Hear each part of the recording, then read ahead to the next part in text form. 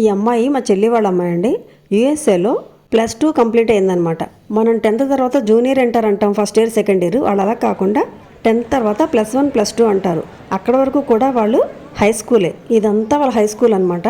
High school complete అయ్యాక వాళ్ళు graduation certificate ఇస్తారంట.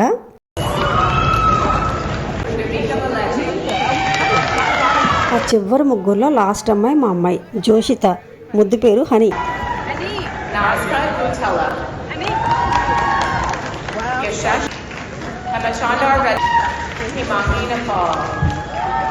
ఈ పిల్లలందరికీ మనందరి తరపున కంగ్రాచులేషన్స్ చెప్దాం. ఫర్దర్ స్టడీస్ అంతా అందరూ చక్కగా కంప్లీట్ చేసి ఉన్నత స్థాయికి వెళ్ళాలి.